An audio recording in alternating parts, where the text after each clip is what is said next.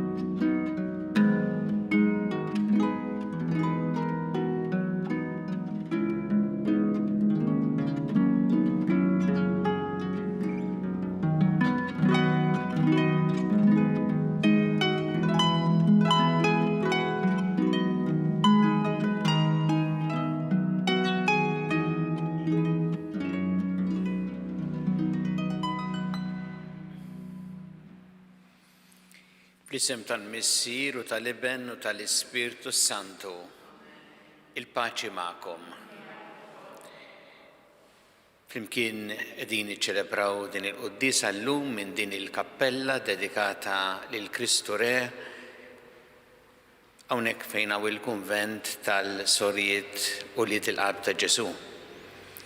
Allura nirringrazzjawhom tal-ospitalità, nitolbu wkoll għalihom u għal dawk kollha li dedikaw ruħ mal-ħajja reliġjuża u jiġbol din is-sejħa tal-mulej.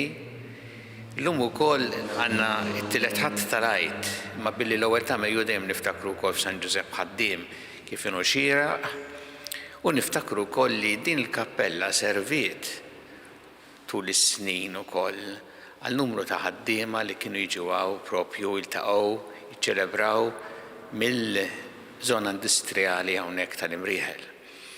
U lek nitolbu ħafna llum ukoll għal ħaddiema daw kollha li għandhom impenn fil-qasam tax-xogħol biex jieħdu l-eżempju wkoll ta' San Ġusepp f'din il-ħidma tagħhom. Biex nistgħu niċċelebraw kif ixraq din il-quddiesa ħuti u narfu ħtijietna u nitolbu maħfra tagħhom mill-Alla.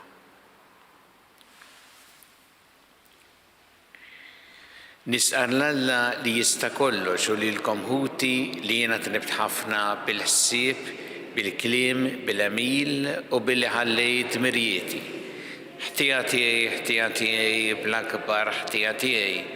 Għalhekk nitlob il-imqazza Marija dejjem Verġini lill-anġli u l-qaddisin kollha u lilkom ħuti biex jitolbu għalija lill-mulejja tagħna.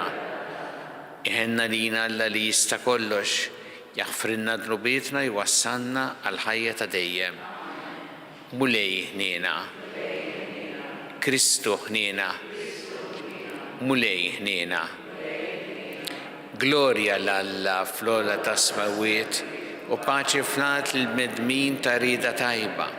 Infaħruk, berkuk, nadorawk, natuk ġieħ, irrodu lek ħajr għal glorja kbira tiegħek.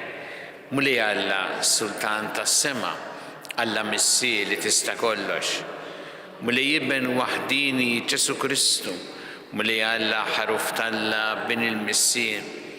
Inti tneħħi dnubiet tad-dinja ħenna lina, inti tneħħi dnubiet tad-dinja ilqa' talb tagħna.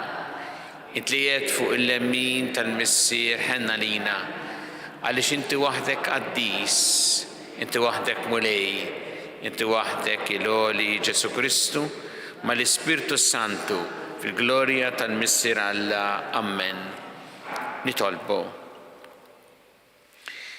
U Alla jifraħ dejjem il-poplu tiegħek biż-żożija mġedda ta' ruħu biex kif int sebbaħtna u ferraħtna mill-ġdid bil-grazzja tal-adozzjoni hekk ukoll b'qalbna qawwija fit-tama nistennew il-jum tal-qawmien mill-imwiet. bibnik Ġesu Kristu Sidna li walla u miegħek jgħix u jissalta flimkien mal-Ispirtu Santu għal dejjem ta' dejjem.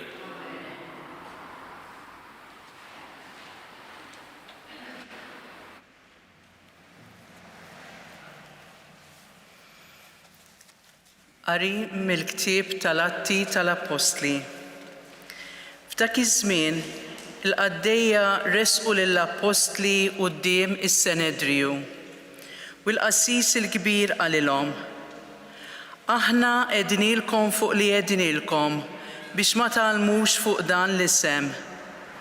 U waraw, issa mlejtu lil Ġerusalemm bit-tagħlim tagħkom u tridu titfgħu fuqna l-ħtija ta' demm ta' dan il-bniedem.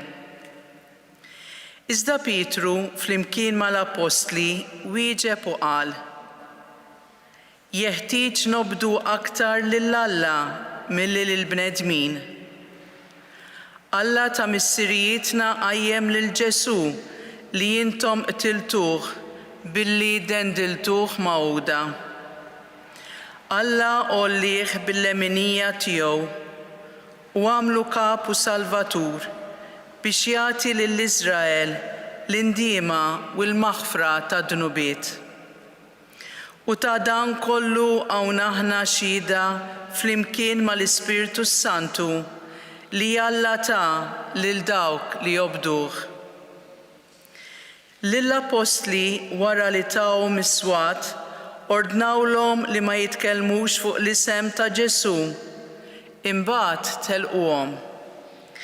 Iżda huma ħarġu minn quddiem is-Senedriju ferħana talli ġew meqjusa bħala nies li jistħoqilhom ikunu maqdra minħabba l-isem ta' Ġesu. Il-kelma tal-mulej. Inroddu ħajr lil Alla. Nollik mulej għax fajtni flimkien. Nollik mulej għax fajtni u ma ferraħtx l-edewwa tiegħi bija.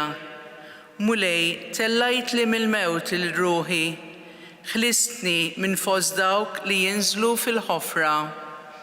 Nollik mulej għax fajtni. Għannu lil mulej ħbib tiegħu, faħru l-isem imqaddes tiegħu, għax ftit iddum is-saħna tiegħu, iżda għomor sħiħ l-imħabba tiegħu. Fil-għaxija jidħol il-biki, filgħodu jidwi l-għajat ta' ferħ. Nollik mulej għax fajtni. Ismani mulej u ħenna lija, kun mulej il-għajnuna tiegħi. Int bdilt li fis-sfin il-għali tiegħi, mulej Alla tiegħi infaħrek għal dejjem. Nollik mulej għax fajtni.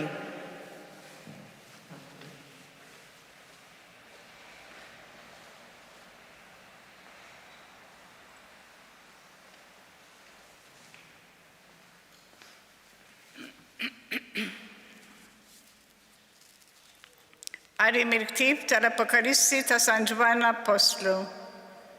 Jiena Ġwanni, ħarist minn madwar it-tron tal-ħlejja ħajjin u xjuħ smajt il-leħen ta' ħafna anġli li l-għad tagħhom kien 10,000 u 1,000 jgħidu b'leħen qawwi. Jistħoqlu l-mulej li kien maqtul u li jirċievi l-qawwa u l-għana u l-erf u s-saħħa u l-ġieħ u l-glorja u t-tifħir. U fis-sema fuq l-art, taħt l-art u fil-baħar il-ħlejja kollha fihom semgħu jgħidu lil dak li qiegħed fuq it-tron u lil ħaruf jingħata tifħir u ġieħ u glorja u ħakma għal dejjem ta' dejjem. U l-erba' ħlejja ħajjin bdew iwieġbu Amen fil-waqt li xjuħ inxteħtu jagħtu qima. Il-kelma tal-mulej. Irroddu ħajr lil Alla.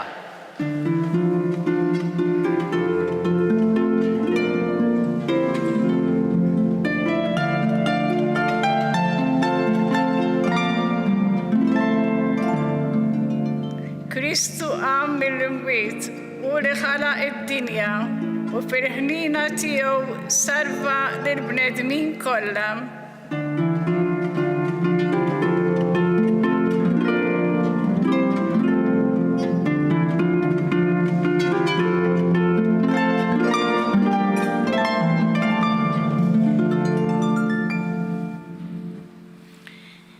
Il-mulej ma'kom. Qari mill-Evanġelju skont San Ġwan. F'dak iż-żmien Ġesu reġa' der lid-dixxipli ħdejn il-Baħar ta' Tiberija.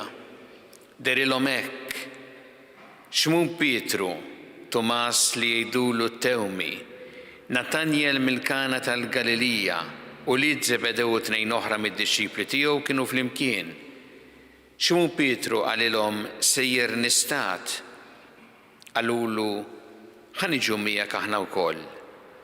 Marru rikbu id-dajsa u dak il-lejl ma qabdu xejn. Filgħodu mas-sebħ Ġesu kien qiegħed ix-xatt, imma d-dixxipli ma kinux jafu li kien Ġesu. Ġesu għalilhom għandkom x'tieklu ħbieb? Le, weġbuh. Għalilhom wadbu x-xibka n-naħa tal-lemin tad-dajsa u ssibu. Dawn wadbu x-xibka u mbagħad ma felħux jiġbduha daqskemm qabdu ħut. Id-dixxiplu li kien iħobb Ġesu qal lil Pietru: Il-mulej dan, għalhekk xmun Pietru kif sema li kien il-mulej, xeħed fuq u libsa ta' fuq għax kien dweri u ntefa' l-baħar. Id-dixxipli l-oħra billi ma kinux inbeda wisq mill-art imma xi 200 drieħ biss resqu bid-dajsa jkaxkru warahom ix-xibka bil-ħut. Kif niżlu l-art raw li kien hemm xi faħam jaqbad bil-ħut fuqu u xi ftit ħobs. Għalilhom Ġesu: Nullu hawn xi ħutiet minn dawk li għadkom kemm battu. Xmun Pietru tela fid-dajsa u ġibet l-art ix-xibka mimlija b'153 ħuta kbira. U minkejja daqshekk ħut, ix-xibka ma nqasmitx. Għalilhom Ġesu: Ejjew kulu. Imma ħadd mid-dixxipli ma sogra jistaqsih: Int min int? Għax kienu jafu li kien il-mulej. Ġesu resaq qabad il-ħobs u newwilulhom u hekk ukoll għamel bil-ħut. Din kienet ġa t-tielet darba li Ġesu der lid-dixxipli wara l-qawmien tiegħu mill-imwiet. Wara li kielu xi ħaġa Ġesu qal li xmun Pietru: Xmun bin Ġwanni, tħobbni int aktar minn dawn? Wieġbu: Iva mulej, int taf li nħobbok. Qallu: Ira il-ħrief tiegħi. Staqsi ħadd-tieni darba: Xmun bin Ġwanni, tħobbni int? Wieġbu: Iva mulej, int taf li nħobbok. Qallu: Ira in-naċ tiegħi. Għat-tielet darba staqsih: Xmun bin Ġwanni, tħobbni? Pietru ħassa f'sa ta' qalb għax staqsih għat-tielet darba: Tħobbni? U qallu: Mulej, int taf kollox, inti taf li nħobbok. Qallu Ġesu: Ira in-naċ tiegħi. Tassew ngħidlek meta kont żagħżugħ kont titħażżem waħdek u tmur fejn trid. Imma meta tixjih inti tiftaħ idejk u ħadd ieħor iħażmek u jieħdok fejn ma tkunx trid. Dan qalu biex ifisser bliema mewta kien sejjer jagħti glorja lil Alla. Imbagħad Ġesu sokta jgħidlu: Ejja warajja. Il-kelma tal-mulej.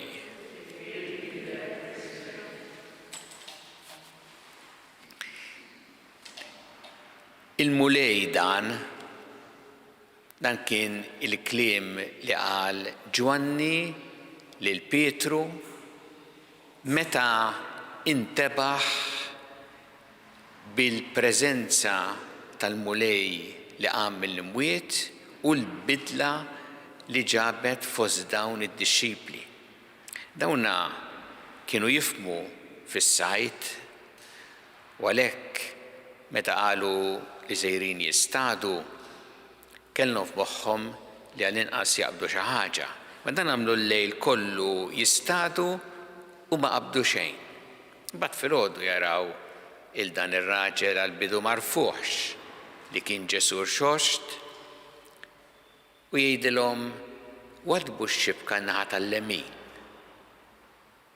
u ssibu.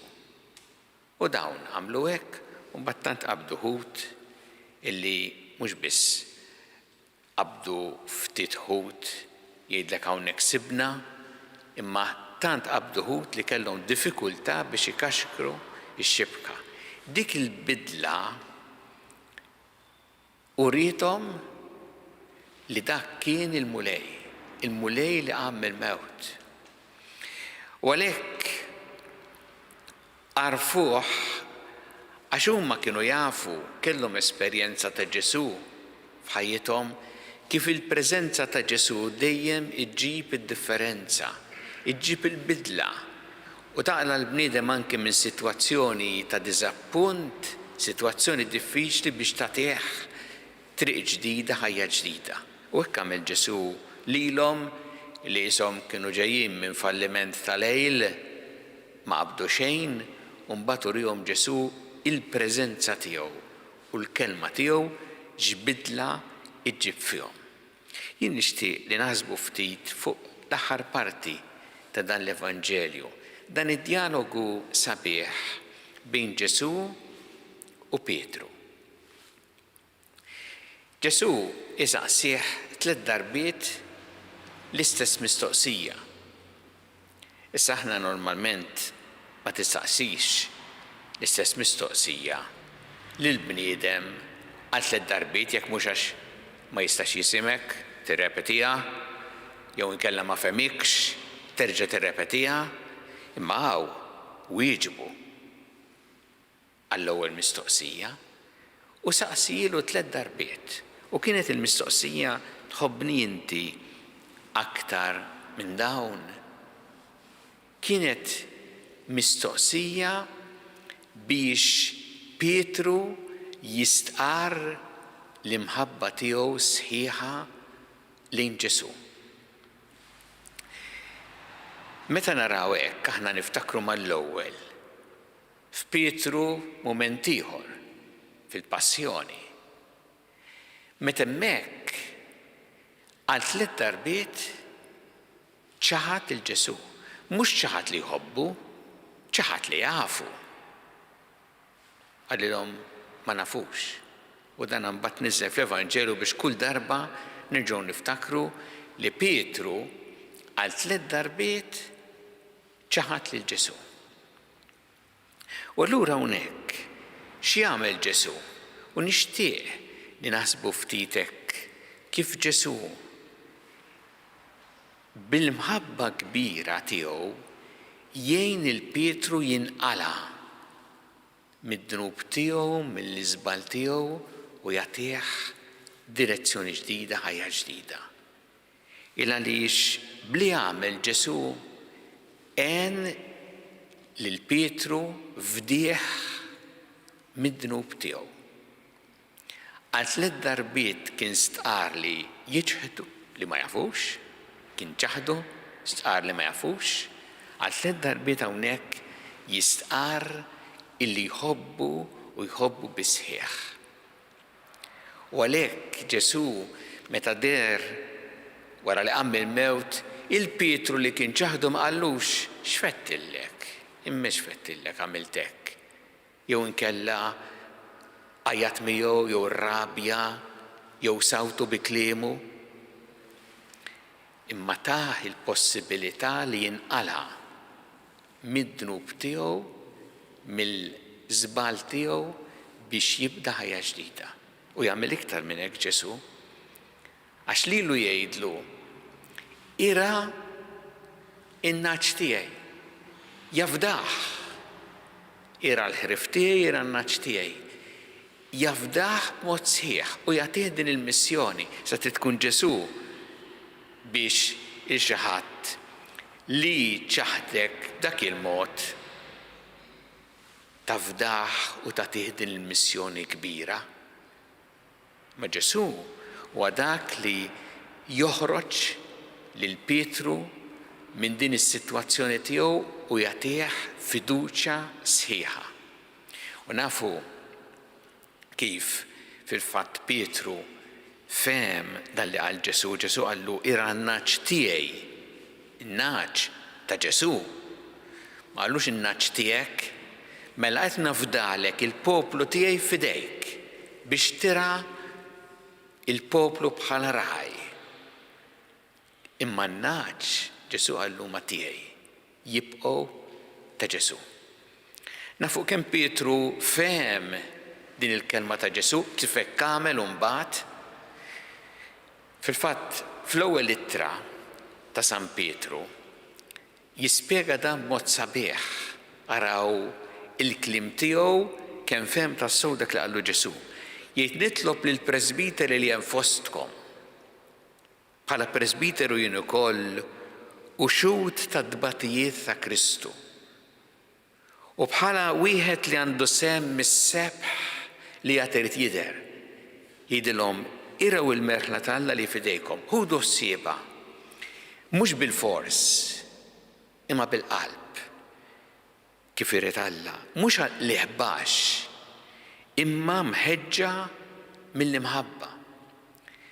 Mhux bħalli kieku taħkmu bil-qawwa fuq dawk li ngħatawlkom fidejkom, imma billi tkunu eżempju għall-merħla. Ara kemm fehem dak li qallu Ġesu hawnhekk. X'inhi din il-kelma, x'inhu dan messaġġ għalina fil-ħajja tagħna llum? Aħna wkoll meta niltaqgħu mal-mulej, il-mulej lilna jgħinna mhux jisawwatna bil-kliem tiegħu, mhux jirrabja magħna, ma lilna jgħinna noħorġu mill-ħażen tagħna, mid-dnub tagħna bħalma għamel il-Pietru biex ngħixu tassew fl-imħabba sħiħa tiegħu. U din lilna tagħtina ħafna kuraġġ fil-ħajja illa li il-mulej huwa dak li dejjem joħroġna mis-sitwazzjonijiet anki diffiċli tagħna u koroħ tagħna biex jagħtina ħajja ġdida. U jafdana. Għax bħalma qal lil Pietru lilna wkoll jixtieq jafdana bil-missjoni kulħadd skont is-sejħa li Alla tah, imma fiduċja sħiħa li aħna nistgħu nimxu l-qudiem jekk tassew naċċettaw din l-imħabba u l-fiduċja tal-Alla. Jew nitolbu illum il-mulej biex aħna narfu lilu tassew bħala il-mulej, kif qal Ġwanni il-mulej dan, il-mulej li lilna tanti ħobna li jixtieq jgħinna biex ngħixu fl-imħabba u l-paċi tiegħu, joħroġna anki mid-dnub tagħna, mill-ħażen tagħna, u l-mulej li jagħtina fiduċja sħiħa. U għalhekk nitolbuh il-mulej biex aħna bħalma għamel Pietru nimxu warajh, narfuh bħala l-mulej u naqdu il-missjoni tagħna b'imħabba sħiħa.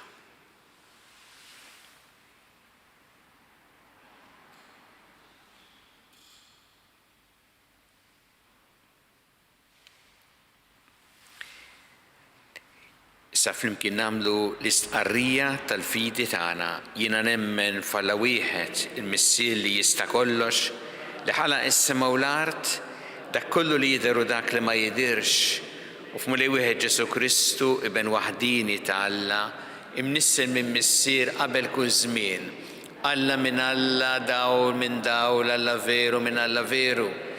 Imnissel mhux magħmul natura waħda mal-missier u bih sar kollox. Niżel mis-smawiet għalina l-bnedmin u għall-fidwa tagħna u ħaġġisem bis-seta tal-Ispirtu Santu minn Marja Verġni u sar bniedem. Salbuh għalina pata ta' Ponzju Pilatu, mietu difnuh u fit-tielet jum qam minn bejn l-imwiet skont il-kotba mqazza u tela s-sema u qiegħed fuq il-lemin tal-missier u għandu jerġa' jiġi bi glorja biex jagħmel ħaq mill-ħajjin u mill-mejtin u s-saltna tiegħu ma jkollix tmiem.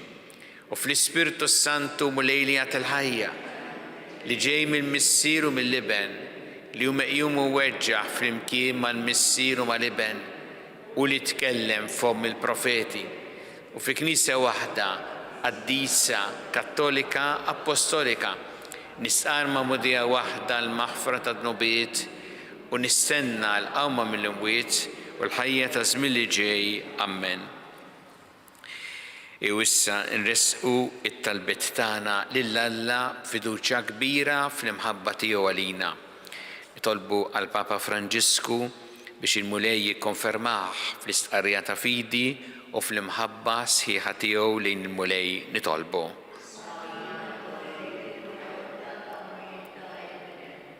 Għal kull min imexxi biex jirrispetta l-kuxjenza u l-libertà reliġjuża taċ-ċittadini kollha nitolbu.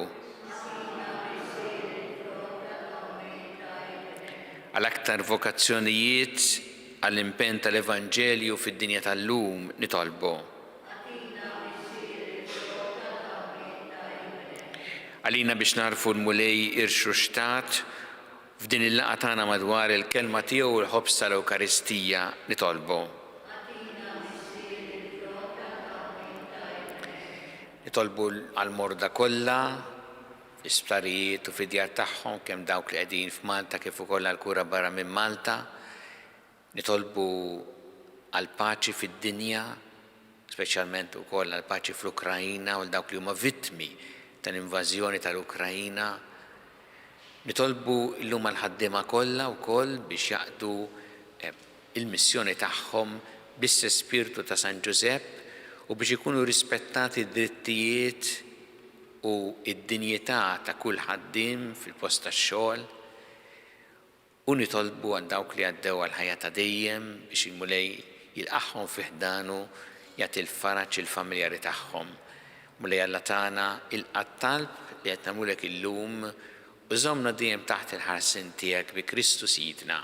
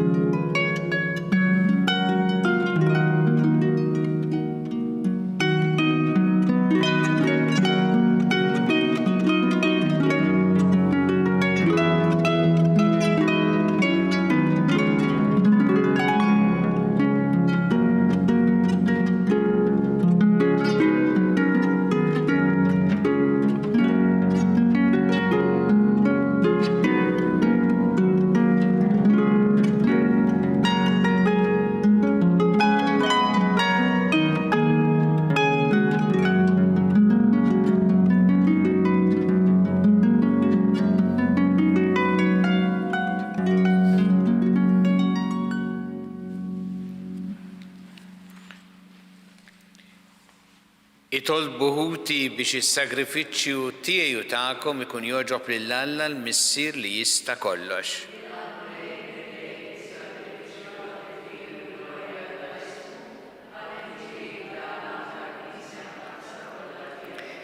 Ilqa' mulej l-offerta tal-Knisja ferħana u għatiqa li tgawdi lena ta' dejjem int li tant għamilt magħha biex tifraħ. Bi Kristu Sidna.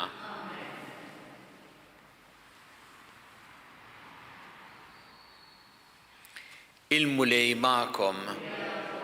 Nerfgħu qlubna l-fuq. Niżżu ħajl il-mulej Alla tagħna. Sewwa xieraq tas-sew mulej tajjeb u taġid tas-salvazzjoni tagħna li dejjem nisqarru l-glorja tiegħek iżda ferħ akbar inxandruha f'dan iż-żmien li fih ġie issagrifikat Kristu l-ħaruf tal-għid tagħna u għajret il-ħażen tagħna tal-immoddi ġeddet il-ħolqien kollu li kien iġġarraf u reġa' tagħna l-ħajja fis-safa kollu tagħha. Għalhekk f'dan il-ferħ tal-għid imxerred ma' kull imkien fid-dinja il-bnedmin kollha jintlew bil-għena u l-qawwiet tas-semma s-setat tal-anġli jiġġulek innu ta' glorja u bla għeda jtennulek. Qaddis, qaddis, qaddis, Mulej Alla tal-eżerċiti, ismgħu tal-art mija bil-glorja tiegħek. Osanna fl-ola tasma. Birak minn ġej, fl-isem il-mulej, osanna fl-ola tasma. Qaddis tas-sewint mulej inti l-għajn ta' kull qdusija. Qaddes għalhekk nitolbuk dal-offerti bil-barka tal-Ispirtu tiegħek biex isiru għalina l-ġisem u d-demm ta' Sidna Ġesu Kristu li meta kien se jingħata biex minn rajħebati ħal-ħobs rat il-ħajr qasam ta' lid-disċipli tiegħu u qal ħudu u kulu l-koll minn dan għax dan huwa ġismi li jingħata għalikom.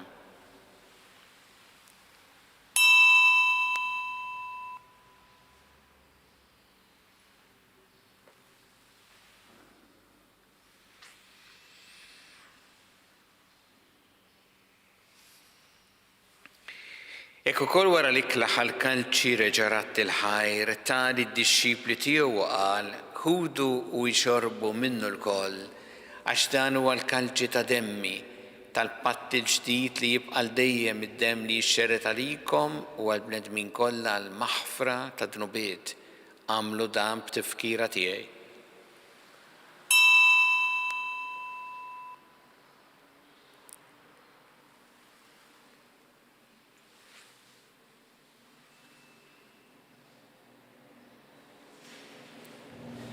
Danu il-misteru tal-fidi, nħabbru il-mewt tiegħek mulej, nxandru bil-ferħ il-awmin tiegħek, nistennewk sa ma tiġi fi glorja. Għalhekk aħna nagħmlu dan b'tifkira tal-mewt il-qawmin ta' Sidna Ġesu Kristu nofrulek mulej il-ħobs tal-ħajja u l-kanċi tas-salvazzjoni u rroddulek ħajr għax ogħġbok tilqana u nquddimek biex naqduk.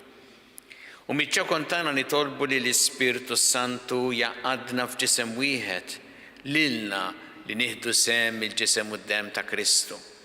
Ftakar mulej fil-Knisja tiegħek imxerda mad-dinja kollha. Wettaqa fl-imħabba fl-imkien mal-Papa Franġisku, mal-Isqof tagħna Charles, mal-Isqof Anton miegħi għaddej tiegħek minn ma jisħoqli u mal-Ministri tiegħek kollha.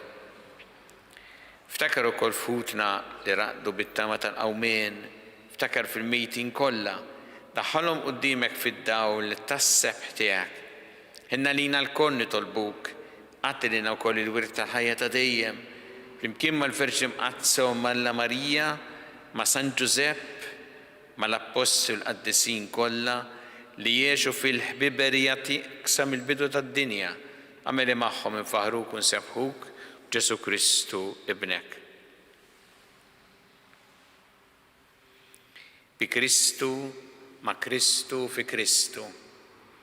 Jingħata lilek Alla Missi li tista' kollox flimkien ma' l-Ispirtu Santu kull ġieħ u glorja għal dejjem ta' dejjem.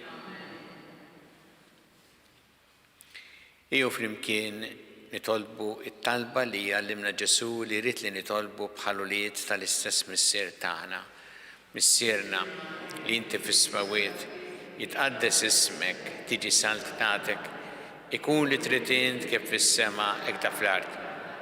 Ħobsna ta' kuljum matina llum, aħfrinna tobietna bħal ma naffru minnu ħati għalina, u la daħħannix fit-tiġrib, iżda ħlisna id-denin. Eħlisna nitolbuk mulej minn kull deni, għatina fit-tjieba u ħnina tiegħek il-paċi fi żmienna biex inkunu ħilsa dejjem mid-dnub u mħarsa minn kull inkwiet. Aħna nistennew nittamaw lena u l-miġja tas-Salvatur tagħna Ġesu Kristu.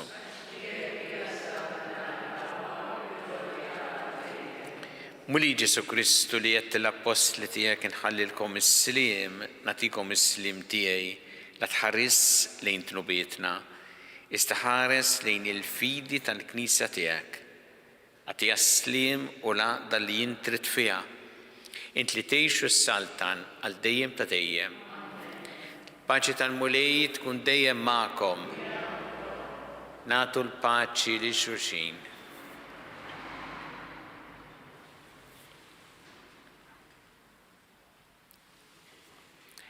Ħaruf talla li tneħħi d-nubiet tad-dinja għalina. Ħaruf talla li tneħħi d-nubiet tad-dinja għalina. Ħaruf talla li tneħħi d-nubiet tad-dinja.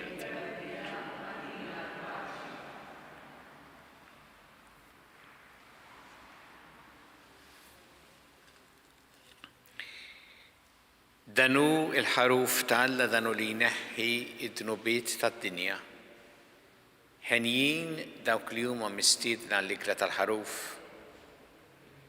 Mulej ma jistħoqlix li tidħol taħt is-saqaf tiegħi. Stejt kelma waħda u ruħi tkun.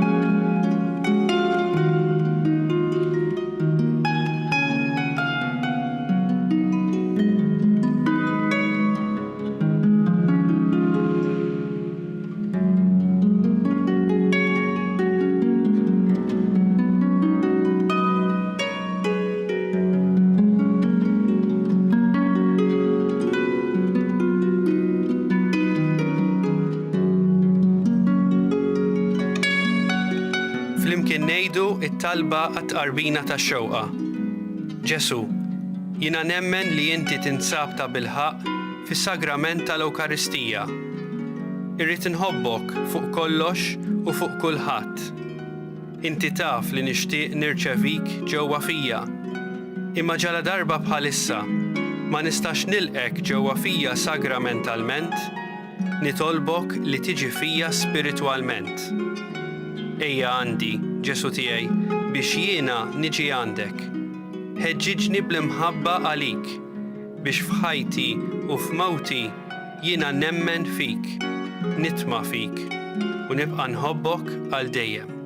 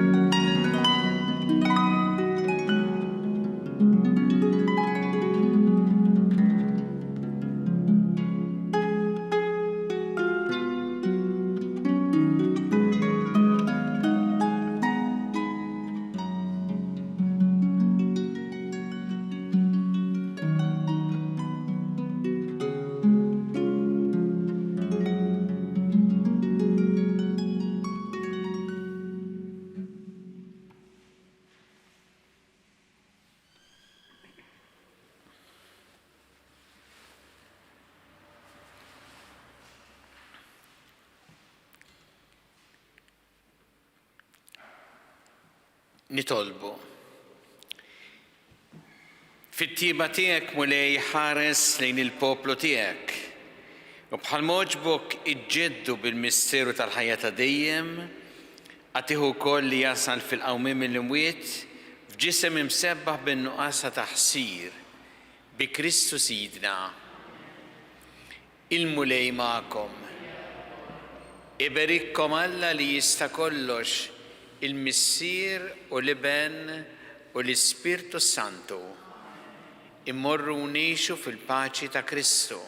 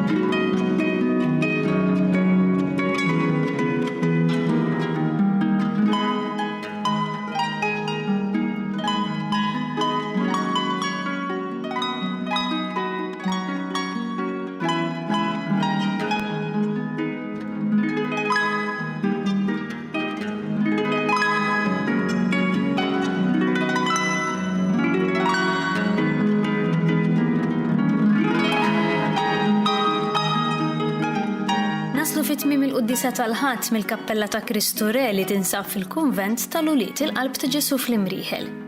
Infakkarkom li min nixtieq jakkwista kopja tal-pubblikazzjoni uffiċjali li tfakkar il-vjaġġ apostoliku tal-Papa Franġisku f'Malta li se jkun fih id-diskorsi tal-Papa Franġisku kif ukoll diversi ritratti jista' jordnuh online fuq store.newsbook.com.mt.